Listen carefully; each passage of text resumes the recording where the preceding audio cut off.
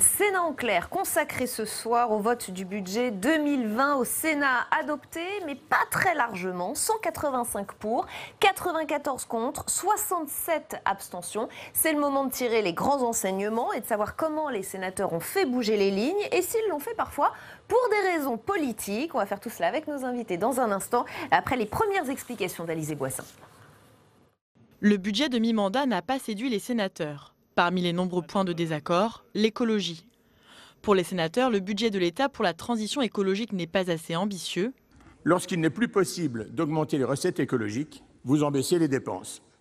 Ce PLF traduit votre volonté de vernir une fiscalité de rendement en prétendant la verdir. Vous êtes en fait ainsi des faux dévots de l'écologie, de vrais tartuffes verts. Les sénateurs, eux aussi, sont hésitants sur la question de l'environnement. Si d'un côté, ils votent la suppression de l'écotaxe pour les chauffeurs poids lourds français, de l'autre, ils permettent aux entreprises d'acquérir des véhicules à faibles émissions. Autre point chaud, la taxe d'habitation. Pour les sénateurs, le système de compensation pour les collectivités n'est pas au point. Ils ont reporté l'application de la taxe d'1 an. Aujourd'hui, de votre avis même, la réforme ne tourne pas. Elle a des conséquences totalement délirantes, par exemple, sur le calcul du potentiel fiscal. Alors plutôt que de voter une réforme un peu à l'aveugle, sans simulation, nous préférons essayer d'en corriger les effets, la mesurer, la simuler et éventuellement de la faire entrer en vigueur en différant l'application. Enfin, dans le viseur de la Chambre haute, les fonctionnaires. Contre l'avis du gouvernement, le Sénat vote l'augmentation du temps de travail dans la fonction publique. Ils instaurent aussi 3 jours de carence en cas d'arrêt maladie. Des mesures qui divisent les sénateurs. On ne peut pas vous laisser dire qu'il faudra un alignement avec le privé. Les agents, les fonctionnaires, ils se mettent en maladie après avoir consulté un médecin. Ça, c'est la première chose, c'est mieux de le dire. Et c'est un médecin qui juge de leur état de santé, monsieur le rapporteur général. Ce n'est pas le politique, ce n'est pas le législateur qui s'occupe de ça. L'Assemblée nationale et le Sénat doivent désormais trouver un terrain d'entente avant l'adoption définitive du budget 2020. Et ça réagit déjà en plateau. Je vous présente tout de suite nos invités de Sénat en clair. Philippe Dallier, bienvenue, vice-président du Sénat, sénateur LR de Seine-Saint-Denis, membre de la Commission des Finances. Claude Rénal, bienvenue. Vous êtes sénateur socialiste de la Haute-Garonne, vice-président de la Commission des Finances. Olivier Cadic, bienvenue à vous également. Sénateur Union centriste, représentant les Français établis hors de France, vice-président de la délégation sénatoriale aux entreprises. Et Sarah El Haïry, bienvenue à vous également, députée MoDem de Loire-Atlantique, membre de la Commission des Finances. Je vous donne la parole dans un instant. On va d'abord rejoindre Alice Bardot qui se trouve dans l'hémicycle du Sénat. Alice, vous avez suivi ce vote pour nous. Budget adopté, mais après moult modifications et pas très largement.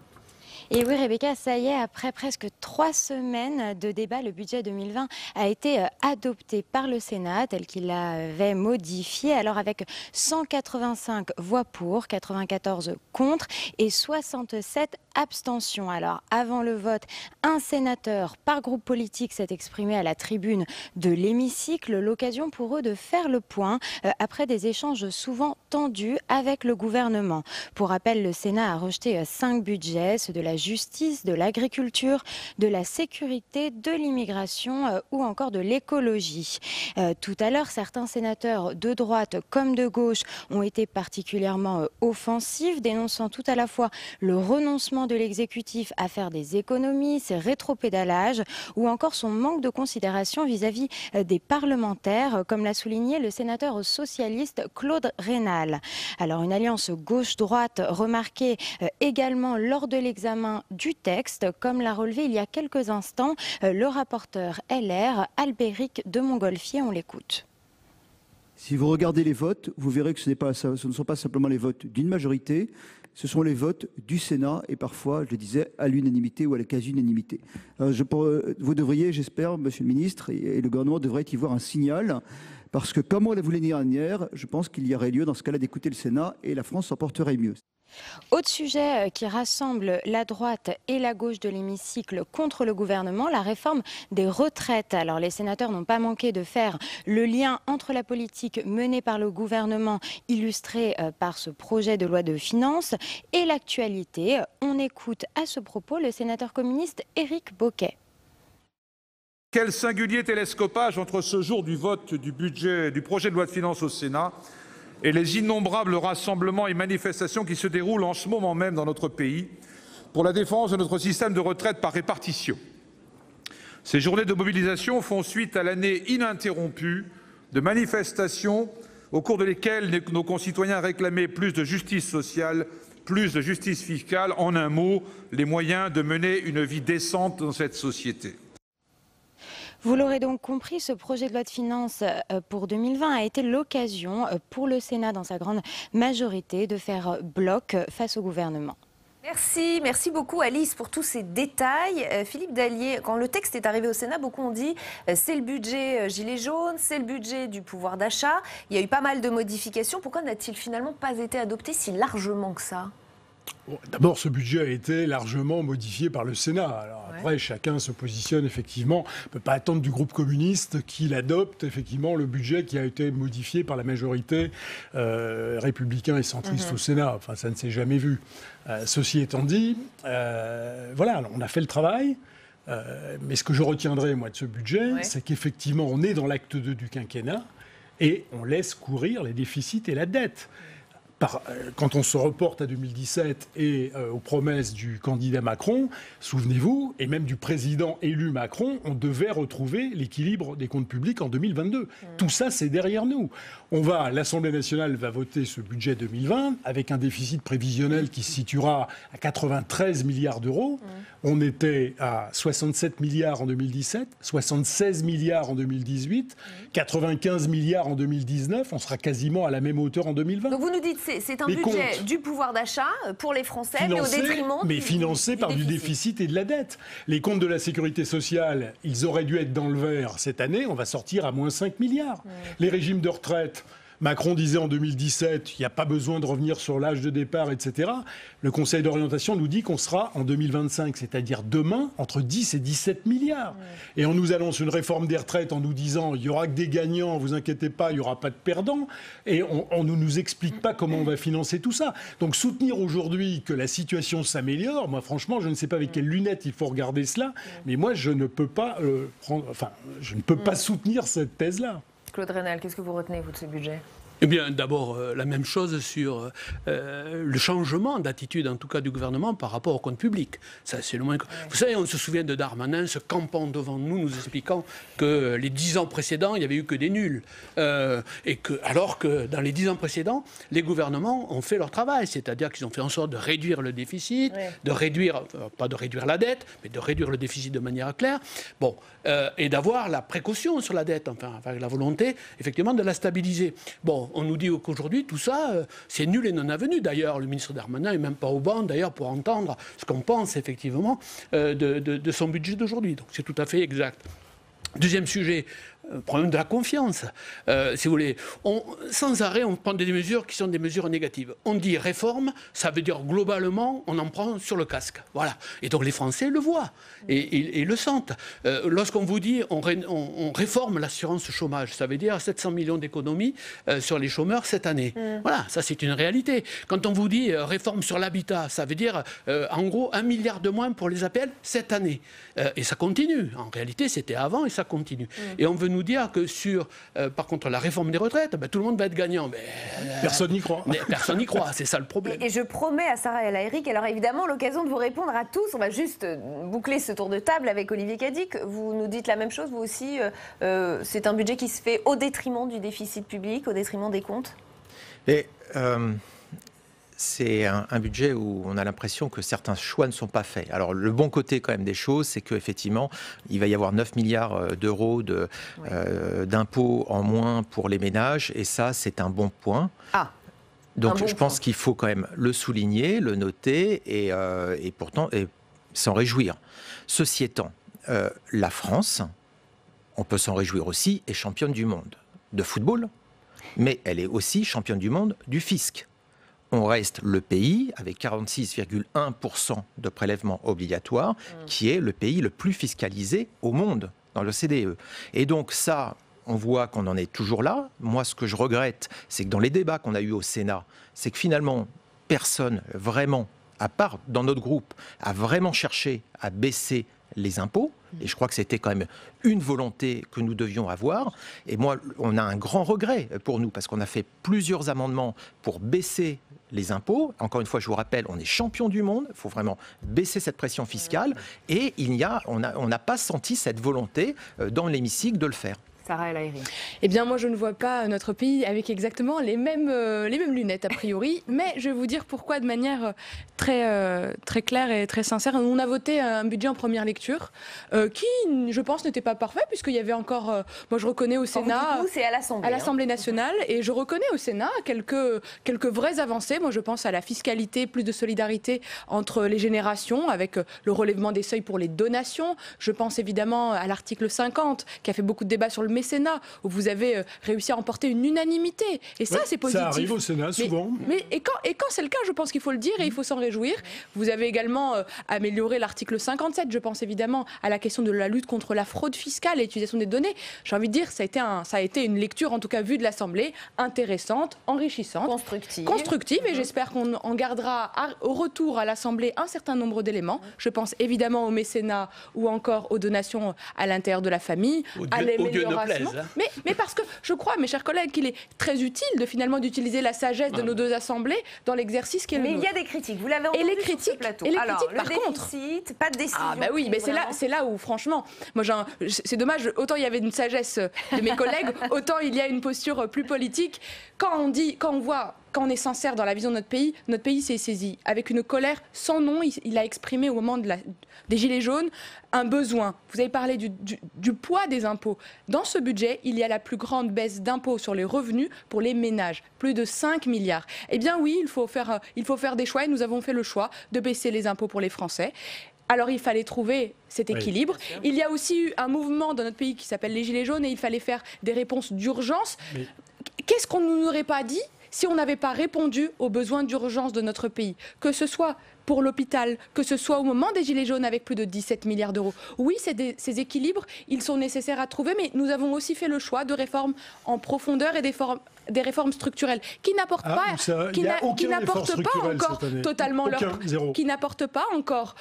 leurs fruits, mais nous avons eu l'honnêteté de faire la réforme de la SNCF et de prendre une partie de la dette des hôpitaux. Et j'ai envie de vous dire, mes chers collègues, et d'un bord et de l'autre, vous avez été aux manœuvres, vous avez été aux manettes. Et j'ai envie de dire, dans une situation qui est comme la nôtre, où on voit les Français en colère, les Français, pour certains, souffrir, alors nous avons deux priorités: que le travail paye et baisser les cotisations pour que les gens puissent mieux vivre, de baisser les impôts avec la taxe d'habitation et l'impôt sur le ménage, et apporter une politique familiale plus ambitieuse, mais ça va être un combat que nous souhaitons gagner. Et on n'a pas encore tout à fait gagné ce combat-là. Si le gouvernement en est là, et s'il a dû effectivement sortir 17 milliards de mesures sur les Gilets jaunes, mais pourquoi ? Mais ce sont vos décisions d'augmentation de la CSG, d'aller taxer les retraités à 1 200 €, de désindexer les... de désindexer les retraites. Vous savez très bien d'où c'est parti. C'est parti de là. De l'essence. Mais ça a été l'étincelle qui a fait exploser effectivement. Le vase était déjà bien plein, chers collègues. Mais il a peut-être débordé, mais il était bien plein. Vous n'avez pas entendu les retraités ? La non-indexation des retraites, la baisse des APL, tout ça, c'est vous qui l'avez décidé en 2017. Et vous avez récolté l'année dernière ce que vous avez semé. Ça vous a coûté, entre guillemets, 17 milliards. La baisse de la taxe d'habitation, nous contestons cette réforme. 20 milliards supplémentaires. En deux mesures, madame, c'est presque 40 milliards d'euros par an. Je pense que nous aurions pu les utiliser différemment. Alors effectivement, vous colmatez les brèches, mais de ce que vous avez vous-même créé. Et vous le faites en creusant le déficit et la dette. Nous aurons bientôt 2400 milliards d'euros de dette dans ce pays et ça continue. Et avec la réforme des retraites, nous sommes bien partis pour poursuivre sur cette route-là.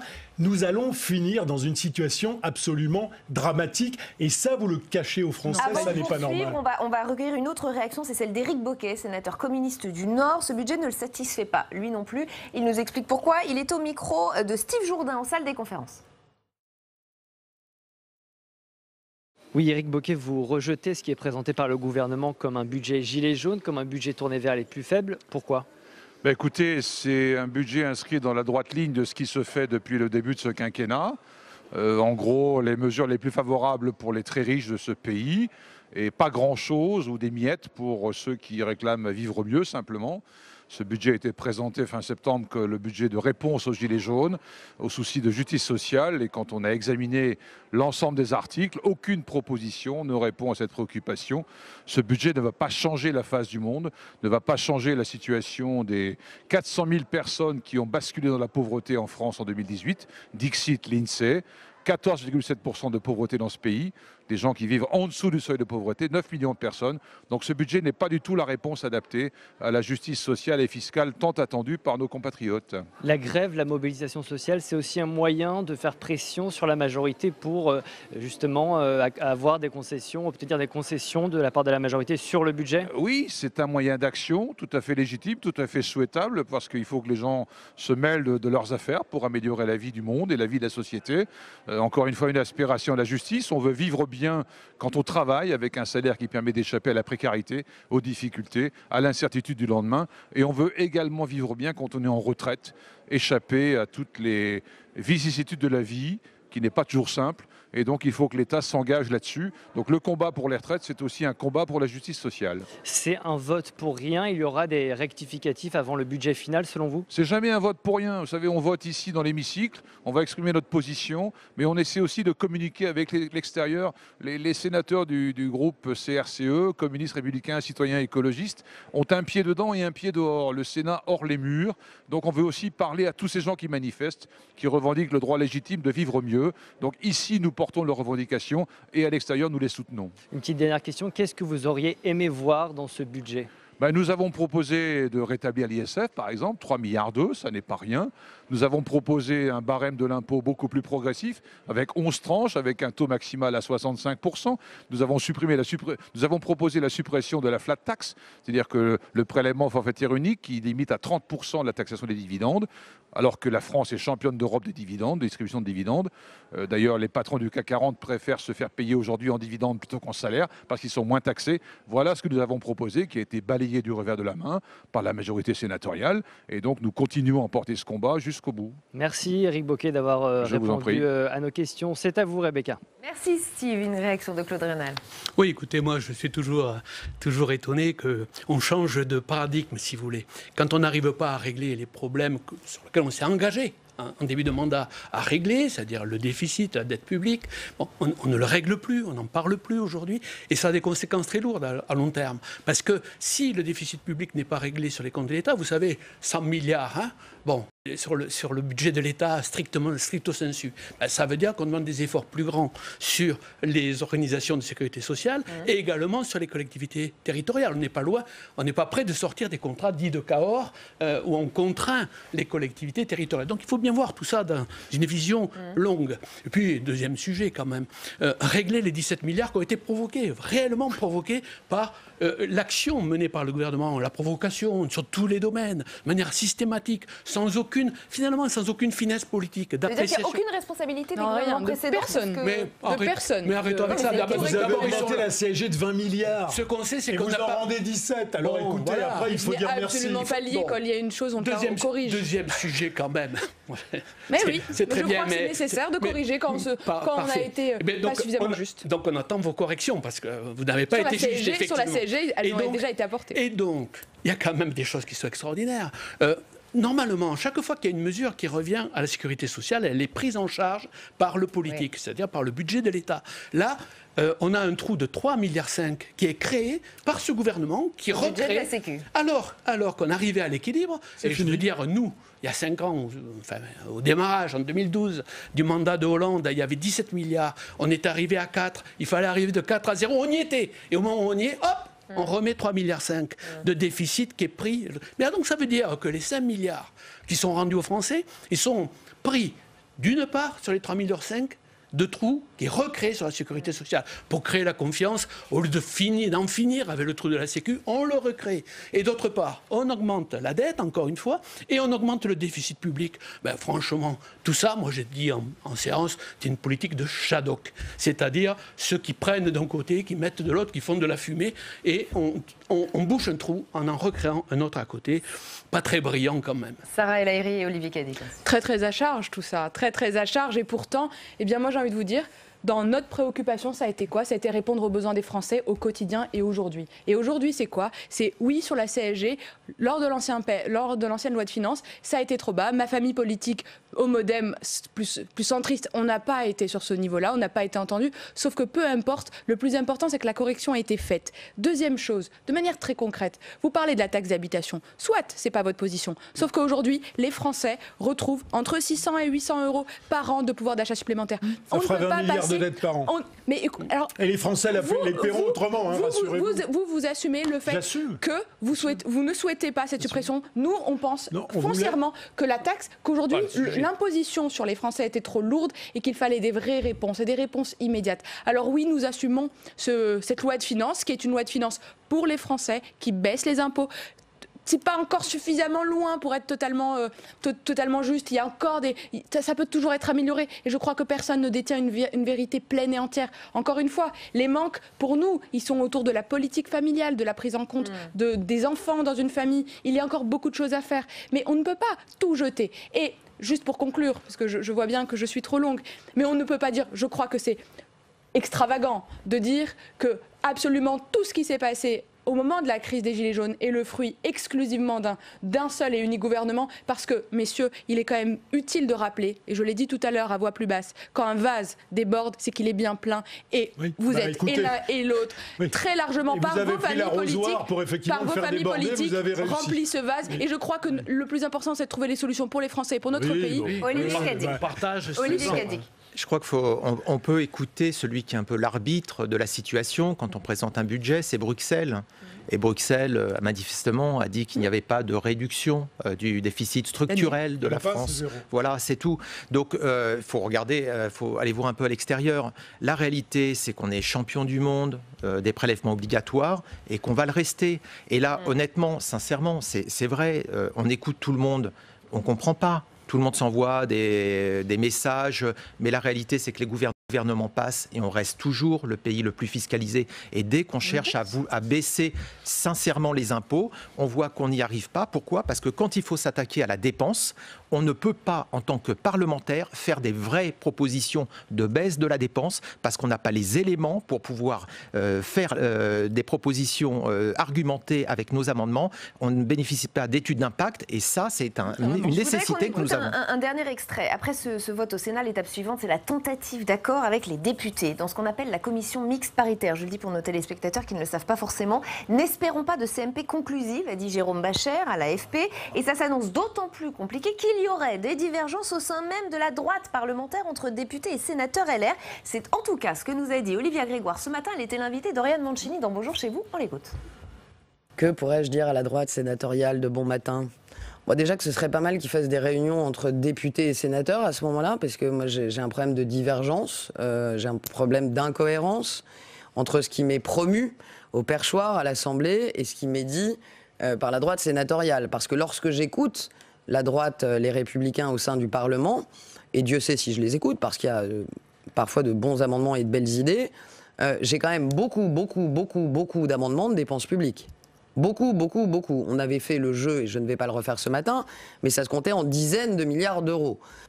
Alors, Philippe Dallier, qu'est-ce que vous avez envie de répondre à Olivier Grégoire ? Je vais répondre qu'il est assez étonnant que certains députés de la majorité En Marche à l'Assemblée nationale appellent ici au Sénat pour nous dire, écoutez, on va avoir des problèmes sur les collectivités territoriales, la réforme de la taxe d'habitation.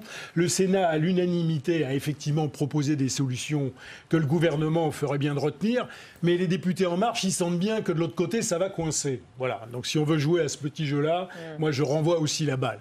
Alors la CMP, effectivement, il ne faut pas rêver, il y a très peu de chances. Une CMP où elle se met d'accord sur tout, ou alors elle ne peut pas arriver à un accord. Il est évident que sur un paquet de sujets, on ne pourra pas se mettre d'accord sur tout, ce qui ne veut pas dire que les rapporteurs généraux des deux assemblées ne travaillent pas. Ils vont travailler. Demain, on va se rencontrer demain après-midi. Et c'est souvent le cas. Même s'il n'y a pas d'accord, l'Assemblée retient parfois un certain nombre des dispositions votées par le Sénat. Je prends le pari que ça sera le cas sur un certain nombre de sujets, pas sur tout évidemment. Et, il nous reste assez peu de temps, faisons tourner la parole. Claude Raynal, clairement, elle accuse aussi la droite sénatoriale de faire de la politique finalement et de voter contre ce budget ou contre plusieurs missions budgétaires pour des raisons politiques. C'est amusant de considérer que des hommes politiques fassent de la politique. Enfin, c'est quand même un peu extraordinaire. Le but de la discussion en PLF, en tout cas au Sénat, c'est bien de marquer des différences. Nous-mêmes, nous ne sommes pas d'accord, évidemment, les socialistes avec la droite sénatoriale, et nous le marquons. Nous disons, par exemple, que quand on rend de l'argent français pour les impôts, ça veut dire que l'on a fait de la croissance, qu'on a créé une croissance qui permet de le faire. La droite dit, plutôt, il faut diminuer la dépense. Nous avons donc, des positions qui peuvent être divergentes, bien entendu. Le mieux, ça serait d'avoir je voudrais... Oui, ça serait mieux. Belle stratégie. Ce que je voudrais dire, c'est que toujours parler de nos prélèvements obligatoires en disant on est les champions du monde, mais on mélange toujours, vous le savez bien, tout le monde le sait, mais on a beau le redire, ça revient toujours, des carottes et des navets. Nous avons en France des prélèvements obligatoires liés à notre système de sécurité sociale. C'est cela la différence avec beaucoup de grands pays. Finalement, les autres l'ont sous forme privée. Bon, on peut avoir une assurance privée aux États-Unis, alors évidemment, on ne l'a pas dans le prélèvement obligatoire. Mais nous, c'est notre force. C'est la force de notre pays et les Français y tiennent beaucoup à avoir un système solidaire de sécurité sociale. Ça passe par des prélèvements obligatoires un peu plus importants. Eh bien, moi, ça, je le revendique, je n'ai pas de difficulté. Il nous reste 1 minute 30 environ, si on pouvait être bref pour conclure. Allez-y, Olivier Cadic. Pour Olivier Grégoire, j'ai un message. On a supprimé ici au Sénat la taxe premium sur les bureaux, une surtaxe de luxe. Donc les bureaux qui sont dans le 6e arrondissement ne l'ont pas, ceux qui sont dans le 7e l'ont. Bien voilà, donc ça vient de l'Assemblée nationale, ça a été éliminé au Sénat, ça l'a touche, puisque ça ne touche pas que certains arrondissements de Paris, aussi la Haute-Seine. Mais Olivia Grégoire, qui est députée de Paris, devrait s'en saisir et j'espère que là, elle ne nous invalidera pas la décision. Sarah El Haïry, pour conclure. Pour conclure, un point. Le sujet de ma collègue Olivia Grégoire, puisque aujourd'hui, elle n'est pas là pour répondre... Elle était là ce matin. Non, à vous, mes chers collègues, mais du coup, je pense que je peux partager au moins un point de vue. C'est qu'il se trouve effectivement que la droite sénatoriale et la droite à l'Assemblée, des fois, sont absolument contradictoires.